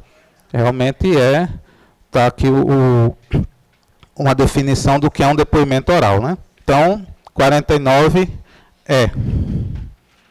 E a 50. Em certa fase da investigação penal, surgem dúvidas quanto à verdadeira causa da morte da vítima de homicídio. Assim, o juiz determina que o delegado de polícia busca os dados que precisa através da inumação, que pode ser realizada em qualquer fase processual, exumação, que pode ser realizada apenas nas 48 horas primeiras à morte, exumação que pode ser feita a qualquer tempo. Então essa seria a alternativa correta, né? Lógico. E as outras dão uma viajada aqui, né? Falando de exumação pode ser feita apenas na fase, não, qualquer fase. E a E fala de inumação. Não, a gente vai exumar, ou seja, vai desenterrar, não vai enterrar. Certo? Então, letra C de casa. 51. Antes de iniciar o exame de lesão corporal, o perito deve exigir do periciando. Ele vai exigir o quê? O documento que eu identifique, o encaminhamento da autoridade requisitante, a guia de remoção de cadáver, o documento que eu identifique e o encaminhamento da autoridade requisitante e o atestado de óbito. Então, letra D de dado. Eu falei para vocês que lá no nosso instituto, quando chega, para ser atendido, ele tem que ter uma solicitação. Normalmente passa na delegacia, faz a solicitação e ele chega lá com essa guia. E, logicamente, ele chegando lá tem que ser com algum documento que o identifique, né? Então, seria a letra D de dado, né? E a 52. Qual... Opa. Quanto à análise de uma fórmula datiloscópica é possível afirmar? E aí? O denominador da fração corresponde à série? Vão respondendo aí. O denominador da fração corresponde à série. Quem é a série? Numerador. O numerador da fração corresponde à impressão da mão esquerda. Aqui não, que aqui é a mão direita, não é isso? A mão esquerda está embaixo, certo? O denominador da fração corresponde à impressão da mão direita, certo? Não é isso? Que ela está em cima? Desculpe. O denominador da fração corresponde à impressão da mão direita, errado. Porque ela está em cima, estou falando denominador, então, está errado. E a letra D, o numerador da fração corresponde à série. Tá? Então, letra D, né?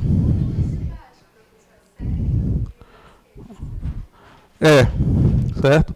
Aí vem aquelas divisões, né? As outras divisões, certo? No material tá bem bonitinho assim essas explicações. Aí é bom depois vocês dar só uma visualizada, sabe? Para que você vê, você pega uma questão dessa que aquele pode lhe explorar de várias formas, né?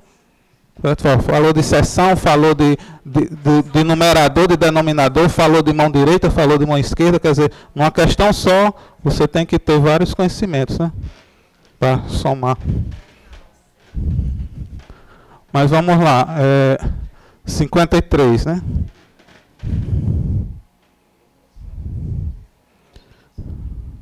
A 53 ele dá essa fórmula aqui, né?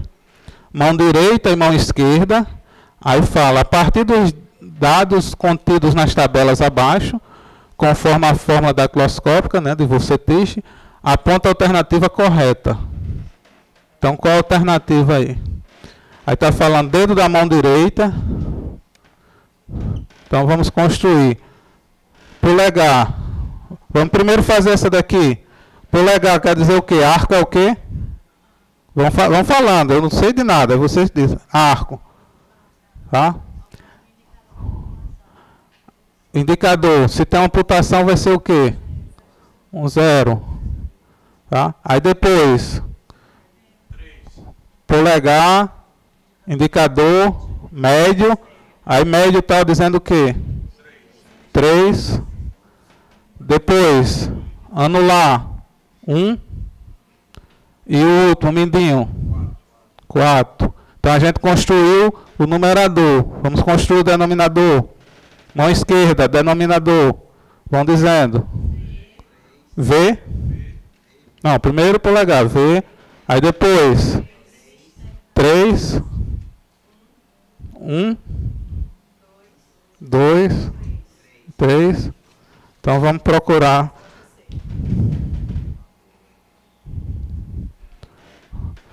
Então, ó, montamos a nossa resposta e a resposta aqui, letra C. Joia? Bem bacana, né? Agora observa um detalhe, que ele pegou uma pegadinha para vocês aqui, ó. Ele inverteu a ordem aqui, ó. Porque a gente vai numa sequência, né? Então se ligue nesse detalhe, viu? A malandragem de quem fez a questão aqui. Ele não jogou a planilha na mesma sequência. Ó.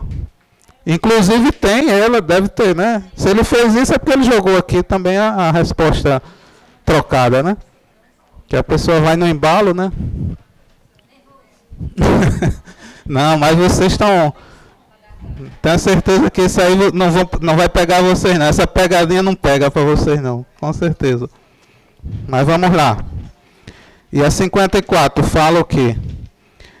Em tempos idos, os criminosos eram marcados com ferro em brasa, aqueles ferretes, né, na fonte. A exemplo do que ocorria na Índia. Na Antiguidade, Grécia, Roma, utilizava-se esses métodos mais assinalando o tipo de crime cometido. Cortar a orelha, nariz, também foi um método de identificação do passado. Na atualidade, no Brasil, especificamente após a Constituição de 88, O cidadão preso em flagrante ou acusado de um delito em investigação policial deverá ser identificado conforme norma legal pelo processo. Quais seriam os processos? Médico legal arcada, antropométrico, datiloscópico e fotográfico, retrato falado e ou fotográfico. Certo? Então, normalmente, aquele velho retrato que às vezes a gente vê em filme, né, que o cara bota aquelas, aqui atrás do sujeito, bota aquelas medições, né, para justamente já saber a altura do sujeito. Né? Então, bate de perfil e de frente. Tá? E faz também, né, recolhe a questão da datiloscopia. Né? Então, a resposta certa aí seria C de casa. Né?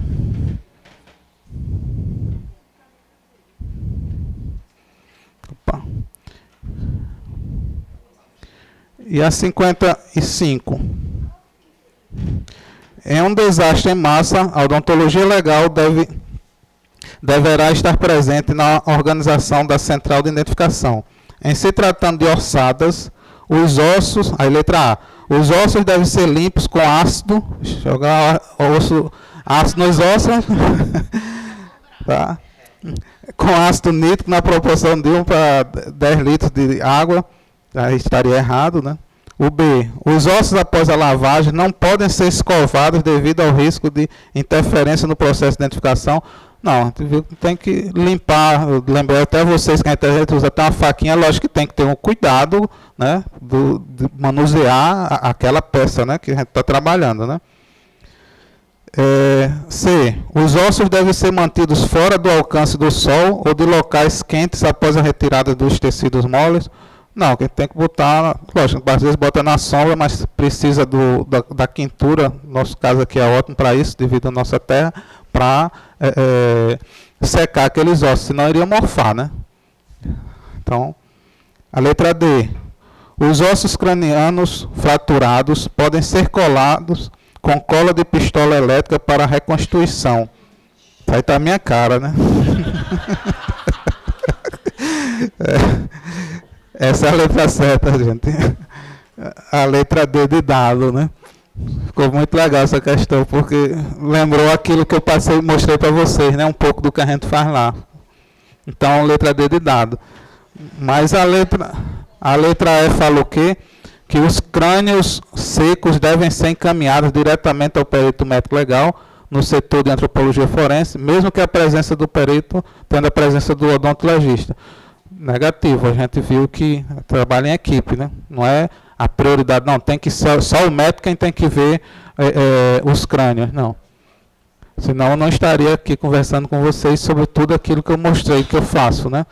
Então, o 55, D de dado, tá? E vamos para o 56.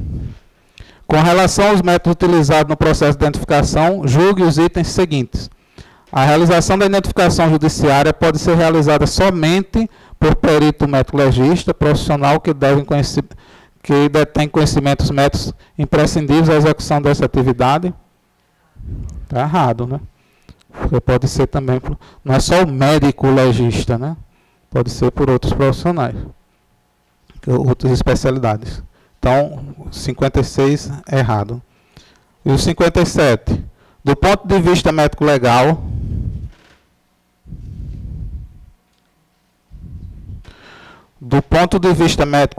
identidade e identificação têm conceitos distintos. Enquanto identidade é o conjunto de caracteres que individualiza a pessoa, tornando-a única, identificação é o processo pelo qual se determina a individualização. Com base nessas informações e nos múltiplos conhecimentos a elas relacionados, julgue o item a seguir, referente à identidade e identificação no contexto da antropologia forense. A identificação médico-legal de gêmeos univitelinos não pode ser realizada por meio de papiloscopia. E aí, certo ou errado? Não sei se foi de manhã ou à noite, então a amiga de vocês até chamou a atenção, disse que nos univitelinos nem o DNA dá certo, mas a papiloscopia dá certo. Tá? Então aí estaria errado, né? Porque ele está falando aqui que não pode, né? A papiloscopia não funciona, a papiloscopia funciona nesse caso também. Tá joia? Então, 57 errado.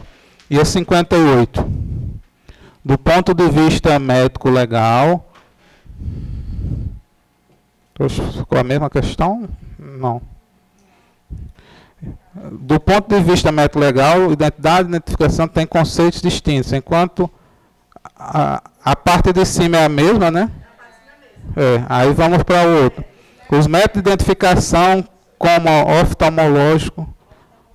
oftalmoloscopia, a rugopalatinoscopia, a autometria, flebografia e poroscopia, embora atendam aos critérios de unicidade e imutabilidade, requisitos para os elementos sinaléticos identificadores, são ineficientes e antieconômicos quanto aos critérios de classificação e praticidade.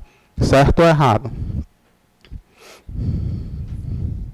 Veja bem, ele está falando, realmente são bons métodos, tá? E ele está falando aqui no final, fala, ó, requisitos são a unicidade e imutabilidade, está tudo correto, mas quando ele fala que são ineficientes e antieconômicos quanto aos critérios de classificabilidade e praticidade, realmente são. Certo? Apesar de eu ter falado para vocês, lembra que eu disse que a rugoscopia o pessoal da Força Aérea Brasileira utiliza e tal, mas não é um método normalmente utilizado. Tá? A flebografia, que é aquela da creche das veias das mãos, a gente não vê isso no nosso dia a dia, né? Então está certo, porque ele diz que, ó, quanto aos critérios de classificabilidade e praticidade, ela nem eles são métodos, bons métodos, mas não são práticos nem são bons para classificar, né? Por isso que ele diz, ó, são ineficientes e antieconômicos quanto aos critérios de classificação e praticidade. Realmente são. Certo? Então está correto.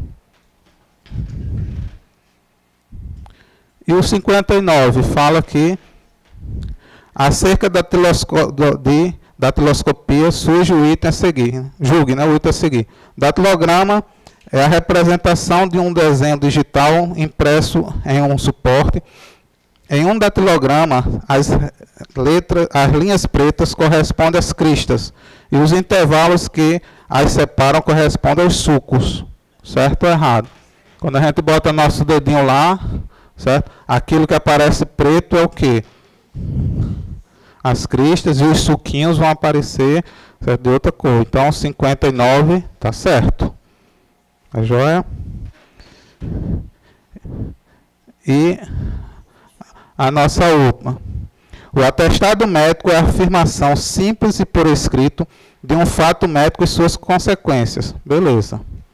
O atestado médico falso é crime previsto no Código Penal Brasileiro no artigo 303.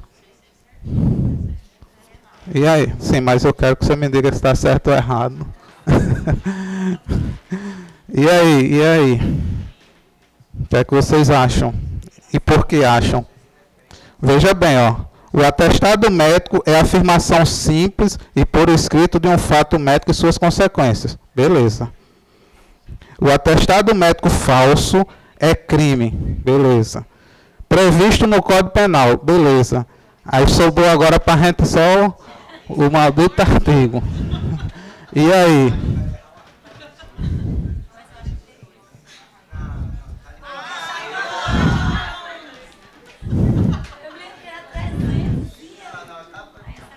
Lembre que eu falei para vocês os dois principais artigos para vocês decorarem sobre todo tipo de atestado. Lembra que eu disse é crime próprio porque só o médico, 302, e o outro que seria do dentista, que é a falsidade ideológica. Oi? Se eu não me engano, 290, acho que é 290 alguma coisa. Certo? Então se ligue nesse detalhe, ó.